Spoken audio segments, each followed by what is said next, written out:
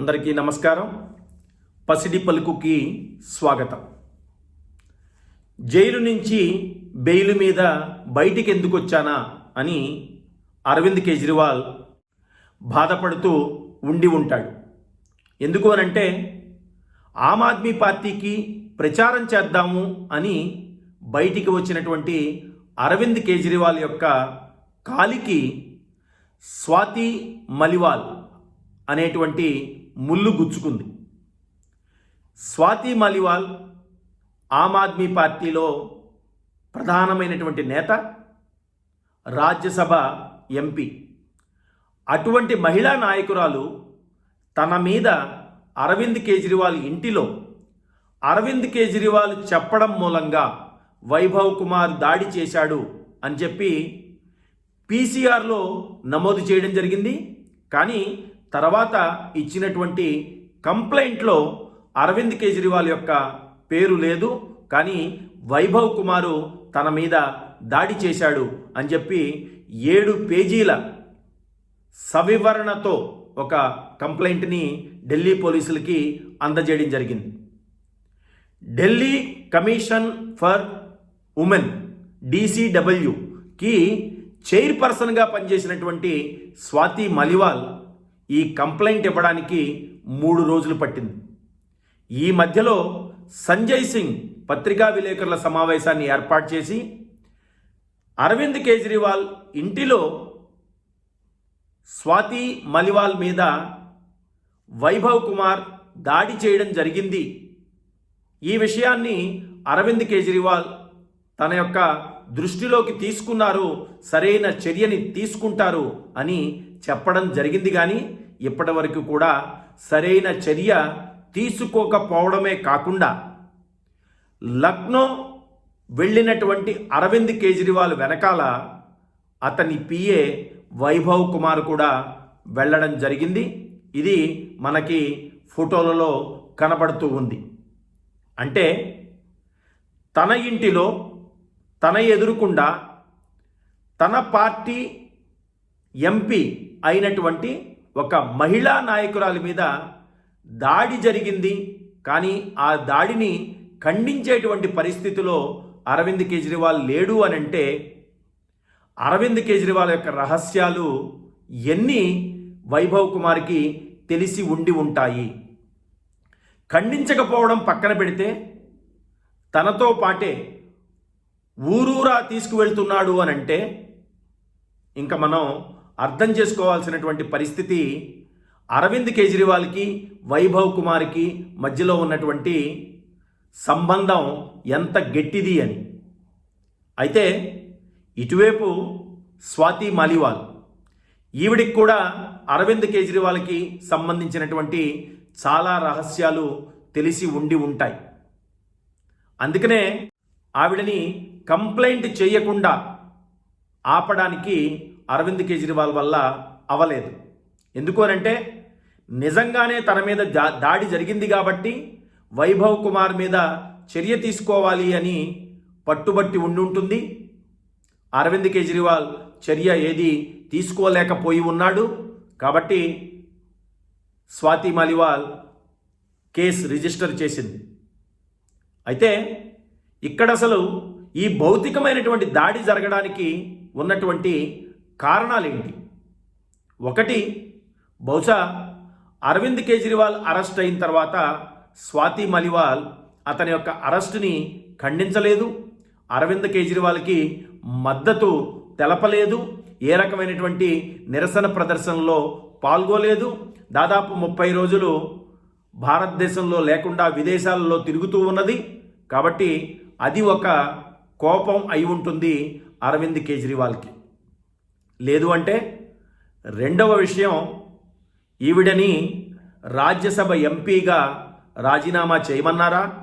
ఆ స్థానంలో అరవింద్ కేజ్రీవాల్ యొక్క కేసుల్ని వాదిస్తున్నటువంటి అభిషేక్ మను సంఘ్వి అతన్ని రాజ్యసభకి పంపుదామని అనుకున్నారా? ఈ మాటని కూడా స్వాతి మలివాల్ ఒప్పుకోలేదా? ఈ 2 విషయాలతో, లేదు అంటే కొంతమంది చెప్తున్నట్టుగా అరవింద్ కేజ్రీవాల్కి స్వాతి మలివాల్కి వేరే రకమైనటువంటి సంబంధాలు కూడా ఉన్నాయా? వీటన్నిటినీ కలుపుకుని అరవింద్ కేజ్రీవాల్ ఫ్రస్ట్రేషన్ని ఆపుకోలేక వైభవ్ కుమార్ చేత స్వాతి మలివాల్ మీద దాడి చేయించాడా?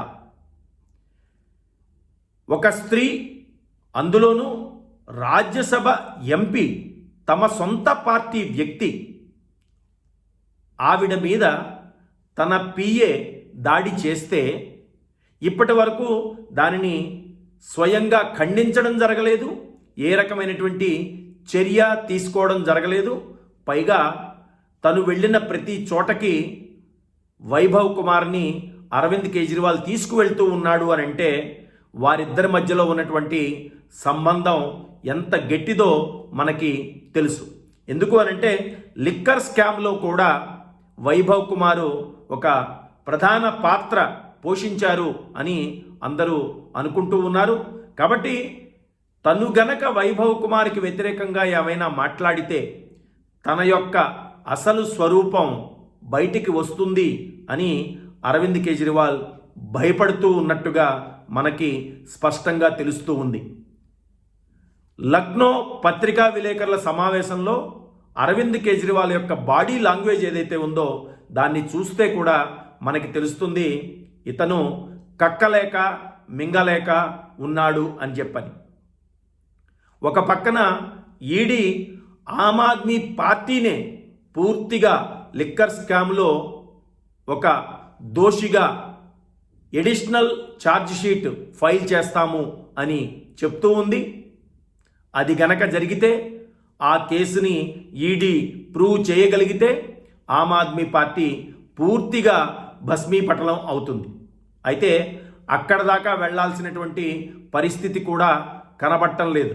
ఎందుకు అనంటే ఒక పక్కన స్వాతి మలివాల్ కేసు నమోదు చేసింది, ఇంకో పక్కన సంజయ్ సింగ్ పత్రికా విలేకరుల సమావేశం పెట్టి అరవింద్ కేజ్రీవాల్ ఇంటిలో స్వాతి మాలివాల్ మీద భౌతికమైనటువంటి దాడి జరిగింది అని ఒప్పుకోవడం జరిగింది. దీని తర్వాత సంజయ్ సింగ్కి అరవింద్ కేజ్రీవాల్ ఎన్ని చీవాట్లు పెట్టాడో మనకి తెలియదు. ఎందుకు అనంటే ఆ పత్రికా సమావేశంలో కూడా అరవింద్ కేజ్రీవాల్ లేడు. కాబట్టి తన యొక్క పార్టీలో ఈ రోజున ఒక అగ్ని పర్వతం బద్దలవడానికి సిద్ధంగా ఉన్నట్టుగా ఉంది. ఆ పర్వతం బద్దలై లావా పైకి పెళ్ళుబుకేటువంటి పరిస్థితి ఈ రోజున ఆమ్ ఆద్మీ పార్టీలో కనబడుతూ ఉంది. వైభవ్ కుమార్ నోరు తెరిచినా, స్వాతి మాలివాల్ నోరు తెరిచినా, లేదు సంజయ్ సింగ్ నోరు తెరిచినా, అందరి నోళ్లల్లో కూడా అరవింద్ కేజ్రీవాల్ యొక్క రహస్యమయ జీవితం ఉంది. కాబట్టి వీళ్ళందరికీ కూడా ప్రతి వాళ్ళ గురించి ఏవో కొద్దో గొప్ప రహస్యాలు నిజాలు తెలుసు. కాబట్టి ఎవరు ఎవరిని ఏమి అనేటువంటి పరిస్థితుల్లో లేరు, ఎవరి మీద ఎవరు చర్య తీసుకునేటువంటి పరిస్థితుల్లో లేరు. ఇటువంటి పరిస్థితుల్లో అరవింద్ కేజ్రీవాల్ ఢిల్లీలో ఎన్నికలకి ప్రచారానికి వెళ్ళినా కూడా ఈ స్వాతి మలివాల్ యొక్క ఎపిసోడ్ ఏదైతే ఉందో అది ఒక నీడలాగా వెంటాడుతూ ఉంటుంది. ఇది భారతీయ జనతా పార్టీకి అరవింద్ కేజ్రీవాల్ ఆమ్ ఆద్మీ పార్టీ పళ్ళెల్లో పెట్టి ఇచ్చినటువంటి సువర్ణ అవకాశంలాగా భారతీయ జనతా పార్టీ భావిస్తూ ఉంది. దీని యొక్క ప్రభావం తప్పకుండా 7 పార్లమెంటు స్థానాలు ఏవైతే ఉన్నాయో ఢిల్లీలో వాటి మీద పడుతుంది. దిస్ ఈజ్ అడ్వాంటేజ్ బీజేపీ అని చెప్పి మనం అనుకోవచ్చు. ఈ వీడియో మీకు నచ్చినట్లయితే లైక్ చేయండి, బంధుమిత్రులకి షేర్ చేయండి. అలాగే మీ అభిప్రాయాల్ని కామెంట్ల రూపంలో మాకు తెలియచేయండి. పసిడి పలుకు ఛానల్ని సబ్స్క్రైబ్ చేసుకుని బెల్ ఐకాన్ని నొక్కండి.